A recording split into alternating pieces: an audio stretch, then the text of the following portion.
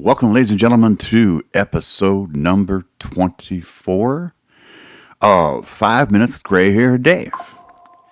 My name's Dave. I have gray hair, hence the name Gray Hair Dave. Now, I came up with that a while ago, but, that is the way things go, and I like it. I have a company called Gray Hair Productions. Doesn't do anything yet, but I'm hoping to. But I wanted it out there. I also own the name, a website name called grayhairdave.com. Now, I just wanted the website. I wanted it just in case I wanted to use it for something. So it's there. It's mine. Gray Hair Dave. That's me. So, anyways, we were supposed to talk today about, let me get back up here to 24. ChatGPT said the evolution of communication. This falls right in line with what I really, really want to start talking about, folks. Something came to me yesterday, and it's bugged me for quite a few years, but the last few years have really started to emphasize to me that society has changed the way it communicates with people and the way it does things. So I'm starting a new segment, and it's going to be at the end of every show, and it's called I Hate, and that name may change here. I hate the phrase because I can, I believe I have to. Or I am not a believer, and because I can, I have to. Still working on the phraseology. I don't know if that's a real word either, phraseology. I've heard it, but I think it was from Andy Griffith's Barney Fife character, who was, I don't know that he was all that educated. But anyways, the differences in communications from when I was young to today. So let's talk about that for just a few minutes here. When I grew up, when I was growing up, when I was young, there was one telephone in the house. I think I've mentioned that, but there was one telephone. It was in the hallway. It had a pretty long cable from the wall to, you could go, sit on the chair at the desk, or you could sit in the stairwell going upstairs. It was long enough for that, to where if you weren't tripping people if they wanted to go to their bedroom or to the bathroom. And I just remember, that's what it was. It was a rotary dial, and if you don't know what a rotary dial telephone is, look it up. And later we went to push button. So that's a form of communication. And back then, a radio you were listening to was probably an AM radio in the 60s and 50s, especially 50s, 40s, and beyond, and backwards. And I remember in our kitchen, we always had this little transistor radio. I think it was AM and FM, but we only listened to the AM side because we were far enough away from the big FM stations in Detroit that we really didn't get great signals. But, that would be on quite often when Mom was in the kitchen. Dad always had the radio on when he was up working at the lumber yard. It was always on AM, and he would listen to a lot of talk radio out of Detroit. And there was a guy, and if you don't know who this guy is, I really, really, really want you to look him up. His name was Paul Harvey. Paul Harvey with the news. Or Paul Harvey with the rest of the story.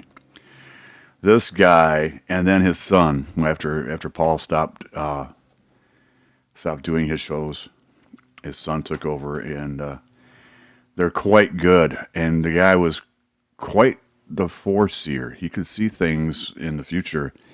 He's got some things out there that are really, really coming true today. But that's not the point I was getting at. We listened to radio.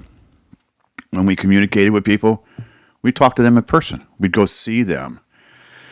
I was going to mention this the last time or the time before, but at my house, we had Sunday dinners. Every Sunday was Sunday dinner. Big meal. Now, we weren't Italian. or anything like that, to where it's the big pasta and all this. It was ham. It was whatever we were cooking that day, and or mom, whatever mom was cooking, or dad was helping cook. And a lot of times grandmas would come down or grandmas would come over, and then sometimes my mom's mother, Grandma Shell, didn't come over because she didn't drive and she was older. And Sunday afternoon was Grandma's house after dinner. Mom went to go visit Grandma every Sunday. Sometimes we'd go and there'd be cookies. Sometimes we didn't go and we'd stay home. But I remember as I got older, Sunday dinners were a form of communication for the family. That's how you got to. That was our Facebook of the times. You got together, you talked about what was going on in your life, and you listened and you had conversations. And then came the advent of television, where television really, really took off, and then cable television came in, to where you had so much more entertainment and communications available to you. You could get the communications or the news from New York, from Washington D.C. Not only your local stations, but and after that, then came cell phones. Now, cell phones. I've had a cell phone for longer than a lot of people have been alive that I know. I got mine back in the early '90s because of the company I worked for, and that really revolutionized and changed the way we communicate. I remember when text messaging first started coming out, or not coming out, but first started being used widely, and it was because we were able to do it on telephone. And that's back when we had flip phones and we were hitting a three times to get this, or that's a form of communication. But we've moved away, in my mind, from verbal communication to text communication or written communication. And I want you to think about this too. If you're a baby boomer, you know what I'm talking about. It's your kids text you, your grandkids text you, hey grandma, hey grandpa, how you doing? Hey, this happened to me today, or that happened to me, or hope you're feeling well, or whatever. Before it was a phone call. Before that, it was a visit in person. If a friend was sick, you went and you took them chicken soup when I was younger. I remember my mother taking chicken soup or chicken whatever to whoever was sick. Now, if somebody gets you chicken soup because you're sick, they probably had it delivered by DoorDash, or Uber Eats. So that's changed. And then, now with social media out there, communication is just, I don't want to say run amok, because that's not what it is. It's not run amok. But it is different. So change is inevitable. I talked about that last time, but there are some things that I believe were better back when we were younger, when we had honest to God communication, where we'd sit and talk with people. You see that those commercials on TV where everybody's coming to dinner and they're on their phones. And it's that occasional one where they make everybody put down their phone and they have to talk. And a lot of people don't know how to do that, but it will happen soon. So now on to the next part that I wanted to talk about. Because I can, I believe I have to. That is such bull pucky. I swear. Because I can, I believe I have to. So here, let me give you just an example. And I want you all to think about this because you see it in your world. Because it came into my mind, here's the first one. Because it came in my mind, I believe I have to tell you. Bullpucky. If I don't want to hear it and I tell you, hey, Dave, I got to tell you something. No, I don't want to hear it. No, really, I want to tell you something. No, I really don't want to hear it. But I have to tell you something. But I have to tell you I don't want to hear it. And they tell you anyways. Because they think that because they thought of it, that they have to tell you whether you want to know it or not. I'm sorry. I don't believe in that.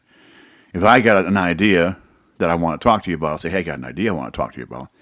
But if I have this thing where you have to listen to me because I thought of this, bullpucky. That's my new phrase too. Look it up and bullpucky.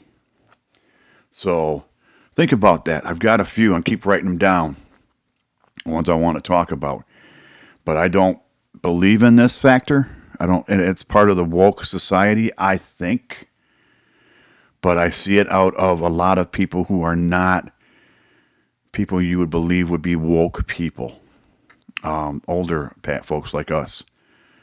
You know, hey, Tom, got a booger hanging out of your nose. Well, that's a different scenario. You know, hey, here's a Kleenex, man, clean off your nose, whatever. But because I think you goofed up in what you said over here, even though you don't know why they think that or why I said that, doesn't mean I have to know your thoughts. I call bullpucky. So think about it. Go to my website, 5minuteswithgrayhairdave.com. That's 5, the number, minuteswithgrayhairdave.com. Down the bottom right-hand corner, there's a little microphone. Leave me your thoughts on because I can, I believe I have to scenarios. And we'll talk about it next time on 5 Minutes with Gray Hair Dave. My name's Gray Hair Dave. You folks have a great day. Look forward to episode 25 tomorrow. Let's see what I come up with then. Talk to you soon. Bye-bye.